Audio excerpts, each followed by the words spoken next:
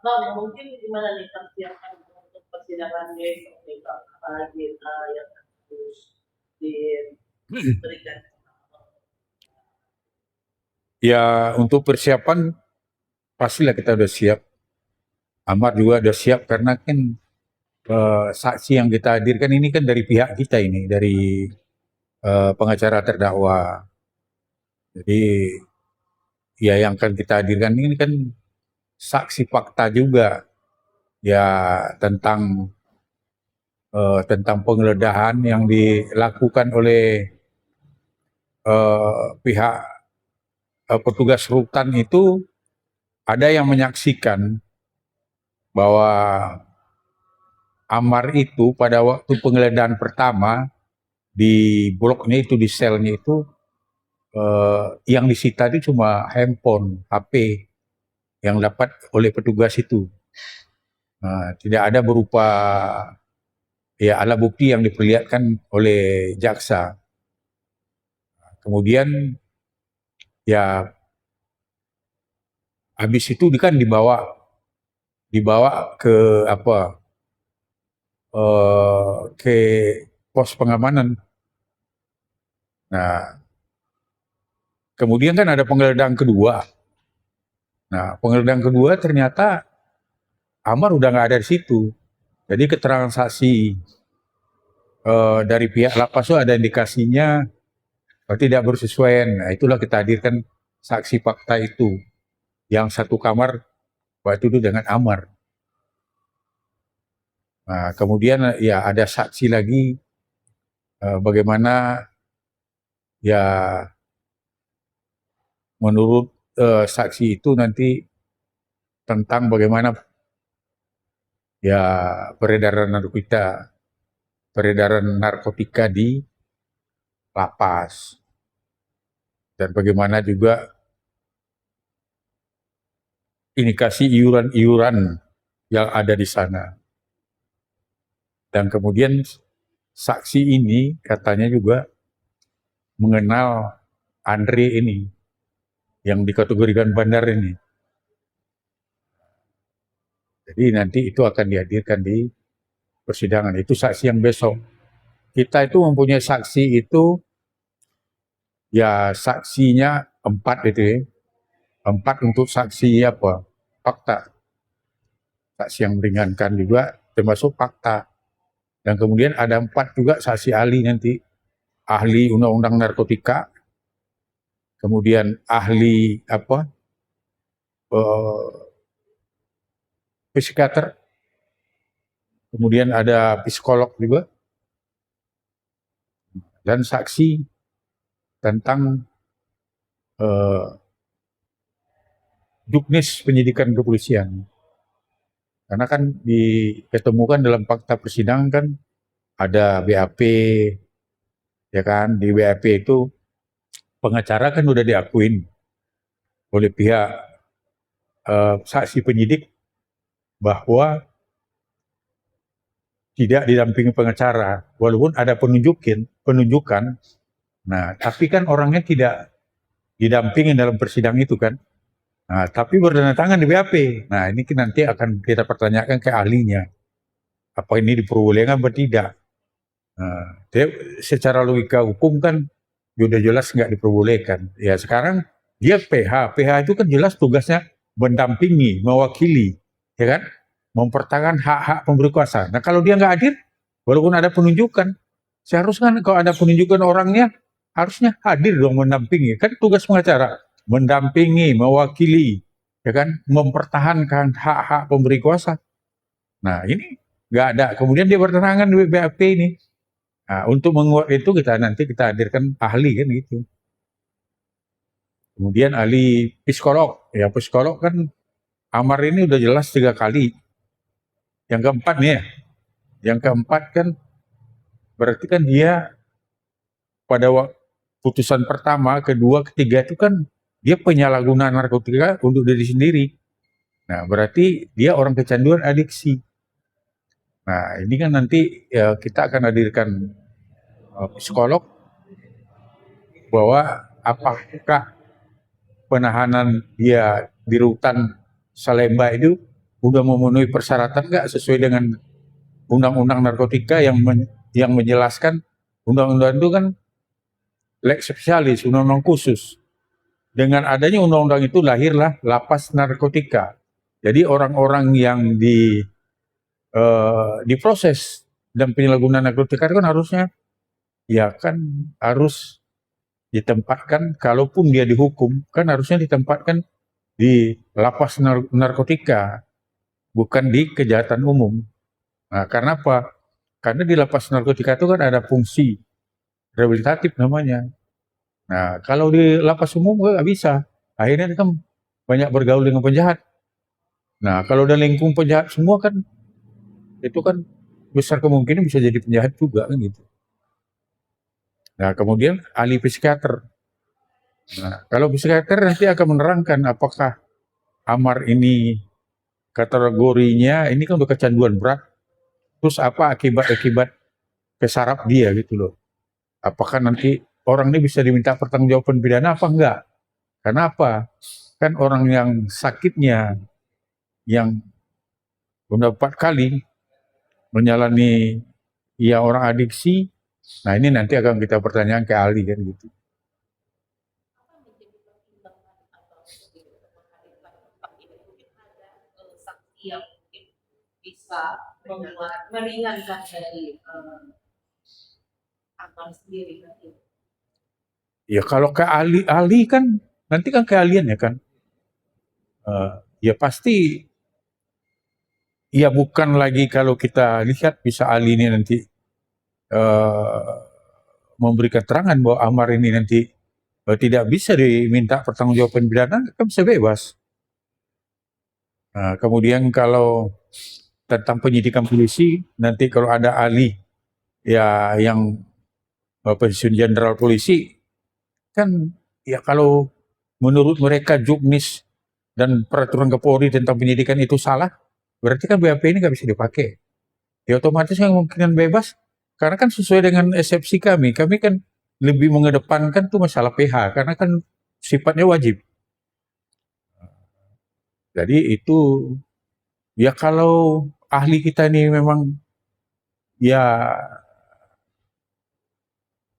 bisa memang benar-benar memberi keterangan yang ya menurut kami itu bisa membebaskan, ya, bisa meringankan kan gitu.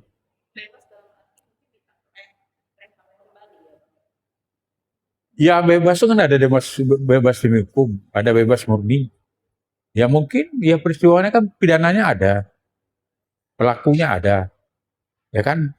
Nah saksinya ada, semua persyaratan itu kan terpenuhi kan. Tapi kan prosesnya, proses penyidikannya yang menurut kami manajemennya tidak sesuai. Nah inilah nanti yang akan diterangkan oleh saksi ahli, nanti baru itu diperimbang hakim. Karena apa? Kalau orang kasusnya di atas 5 tahun, itu kan wajib didampingi oleh pengacara. Nah ini dia nggak pernah mendampingi, tapi ada penunjukan. Kemudian BAP ikut bertanda Nah ini kan nanti yang akan kita pertanyakan ke ahli kan gitu. Ini kan pada saat Amar sidang, Amar selalu menceritakan secara gamblang ya, menunjukkan apa yang dia rasakan, apa yang dia ketahui, dia ceritakan langsung, menunjukkan dia tanpa ada rasa takut, ceritakan semuanya. Dengan dia bercerita kayak gitu, dia ada nggak sih bang, entah di dalam sel atau ada di luar sel yang mengancam diri sendiri atau keluarganya nggak sih bang dengan adanya dia berbicara seperti itu? Saya rasa kan zaman udah berubah ya. Sekarang kan penyidikan, penyelidikan, karena sekarang ini kan yang harus dipahami dulu. Sekarang itu kan jaksa, polisi, dalam kuhap baru ya, kemudian hakim, kemudian pengacara, kemudian lapas itu kan masuk APH, aparat penegak hukum. Nah, otomatis ya mereka paham hukum, nggak mungkin mereka melakukan itu.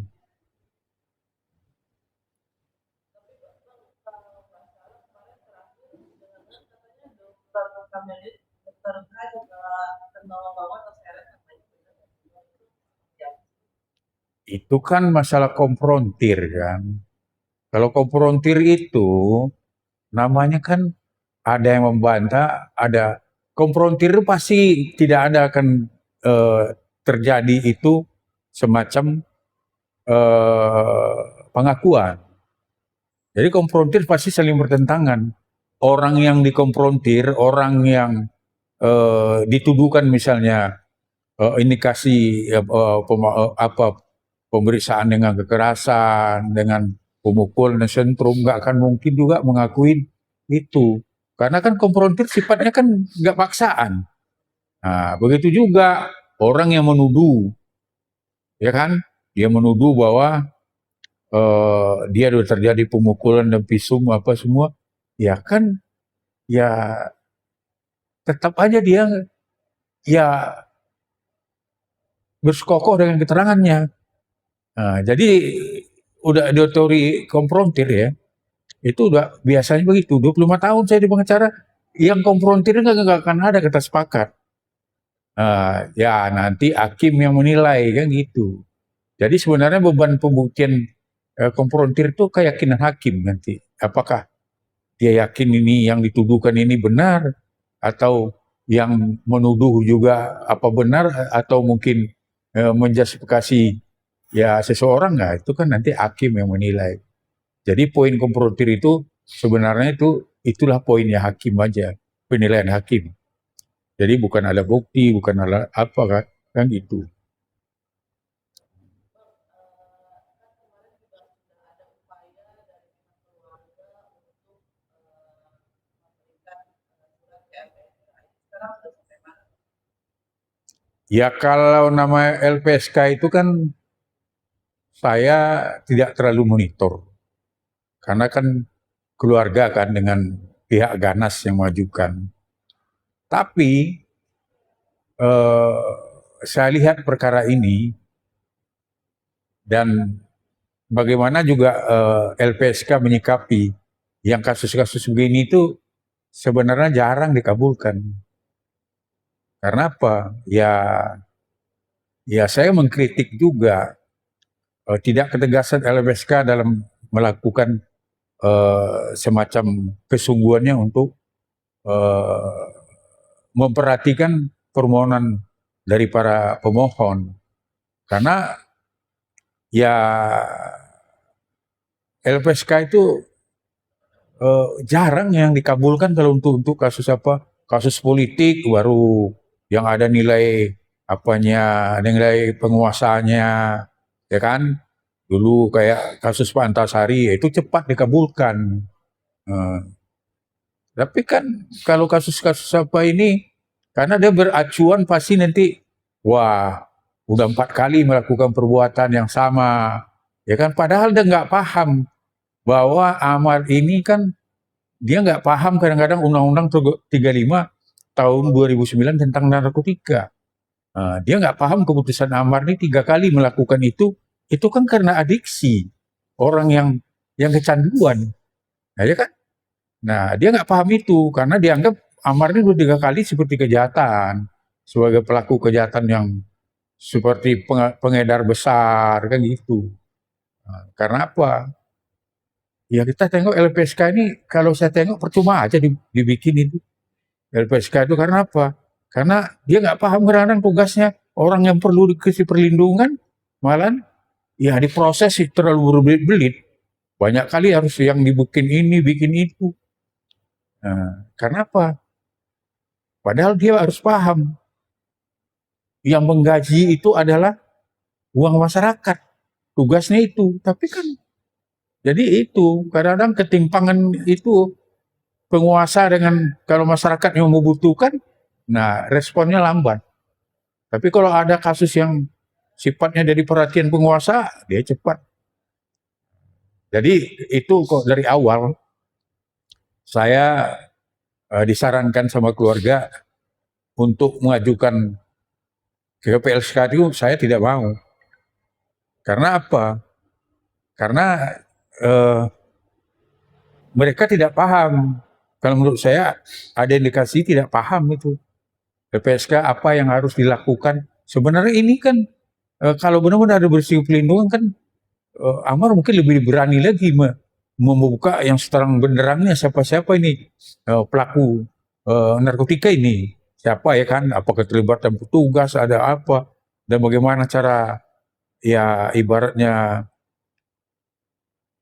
ya memberantasnya apa segala kan, bagaimana mungkin ini kan karena ya perlindungnya kurang ya, itu aja udah berani udah cukup lah itu kan, ya luar sangat luar biasa, ya kan.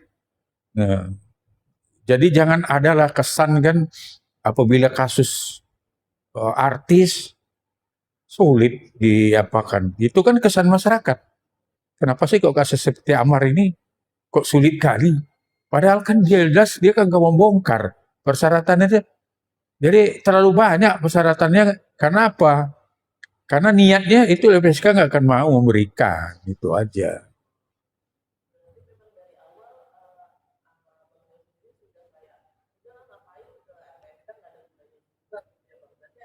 memang ada kemungkinan besar akan ditolak loh, Pak. Iya kan udah gue paham. Mereka nggak paham. Undang-Undang nomor 35 tahun 2009 dan tidak tahu dia menempatkan posisi Amar itu kan penyalahguna. Ya kan? Di sekarang ini LPSK kan menganggap itu kan seolah-olah Amar ini kriminalitas gitu loh. Jadi tidak perlu diberikan apa apa ya perlindungan saksi. Nah, Bang, jika ada mungkin ada kesempatan seperti mungkin dipindahkan dari Nusa Kambangan nantinya.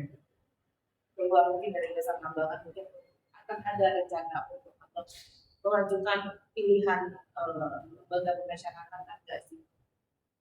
Jika ada kesempatan ini. ya kalau seandainya kan kini sekarang kita harus paham dulu namanya sekarang nih Amar ini kan statusnya kan napi.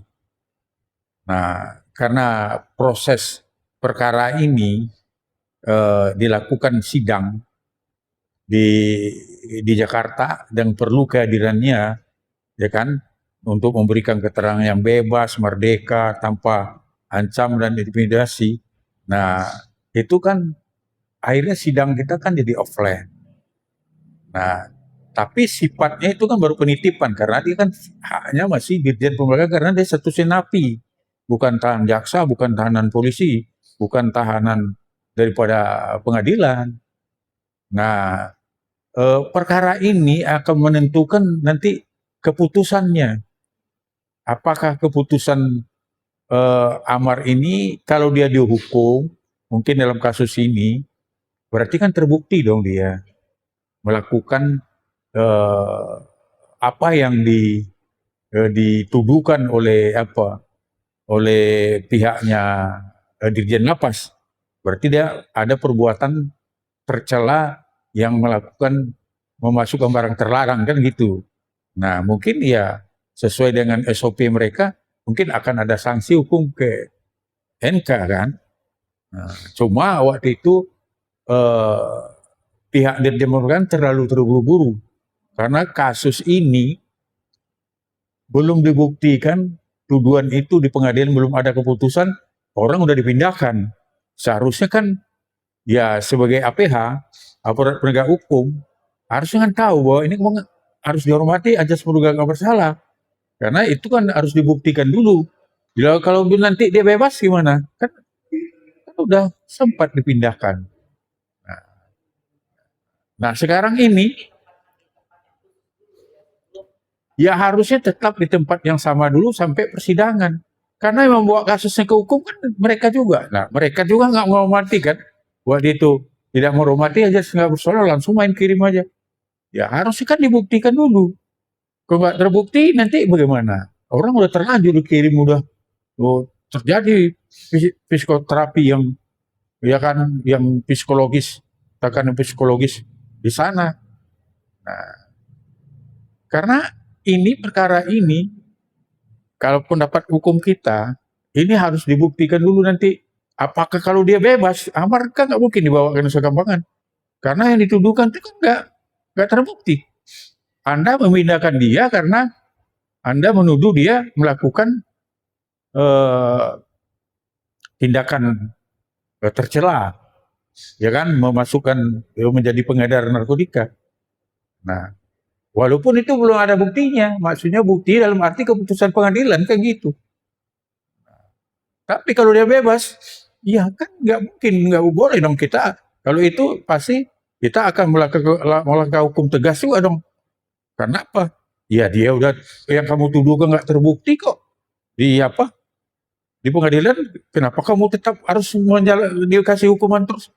Nah ini kan yang harus dipahami juga. Hmm. Ya saya nggak bilang ada sesuatu, tapi kan hukum. Saya bicara hukum aja. Kan harus dipulihkan nama baiknya, kemudian harus dikembalikan hak-haknya, ya kan, hak remisinya, hak apa ya kalau dia bebas, ya kan. Yang hak remisi yang ditunda yang sekarang di apa ya, ditiadakan sementara, ya kan, itu kan harus dikembalikan nanti. Pasti kita akan menuntut itu, ya masalah remisi, kadaluarsa, remisi dasawarsa, ya kan, lebaran apa ya, ya kemungkinan amar kan pasti ya bisa dia ajukan langsung bebas bersyarat kan gitu. Karena kalau hitung-hitung kita itu terlaksana kan ya sesuai dengan permohonan kita kan Januari dia kan udah harus keluar.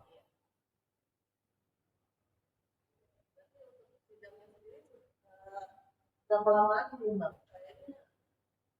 Untuk amal ini kayak seperti lama-lama kan simpan gitu loh, dipanjang dan dipanjang seperti kayak diulur terus. Bukan ke sidangnya kan nggak pernah diundur.